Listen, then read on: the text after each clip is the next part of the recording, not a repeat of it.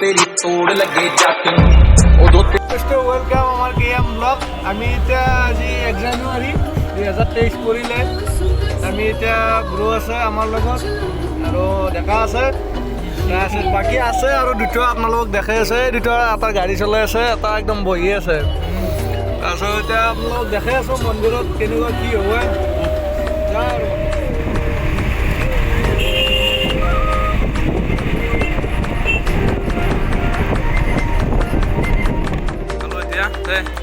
এতিয়া আছে এনেকা যাই আছোঁ মন্দিৰক লাগি।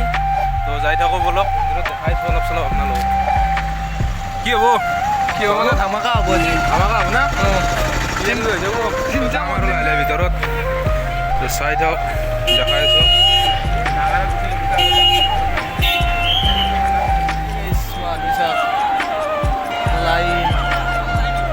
বানপানীত ৰিলিফ আনিব গ'লেও ইমান মানুহ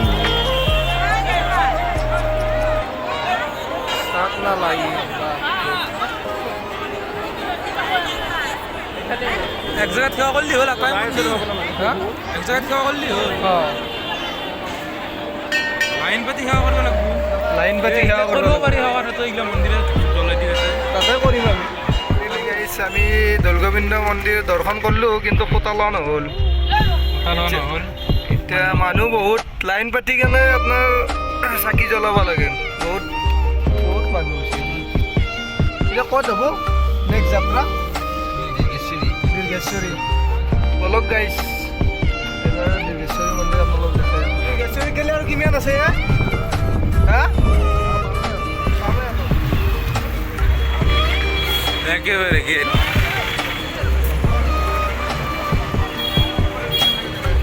এই দুটা বাঘে বোলে ধুৰিত কামুৰাব। বাপাৰে বাপ,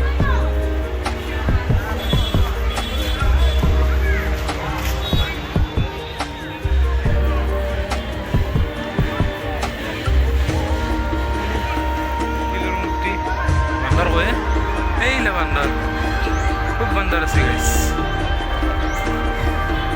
বহু বান্দৰ আছে, বহু বান্দৰ।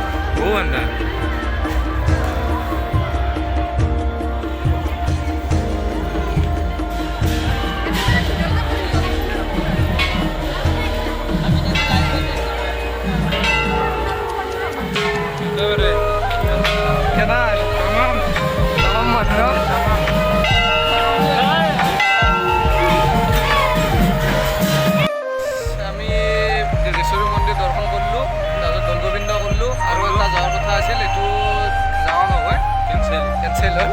যি নহওক আপোনালোক এইখিনিয়ে ভাল লাগছে, বহুত ভাল লাগছে, আমাৰো ভাল লাগছে, আপোনালোকৰো ভাল লাগিব। আপোনালোক দেখাই আছোঁ। ভাল লাগছে যদি লাইক কমেণ্ট শ্বেয়াৰ এনে কৰি থৈ দিব আৰু। আজি ভিডিঅ'টো আৰু বেছি দীঘলীয়া নকৰোঁ। আজি ইয়াৰ পৰাই আৰু দীৰ্ঘেশ্বৰী মন্দিৰৰ পৰা আমি সামৰণি মাৰিলোঁ। বাই বাই গাইছ।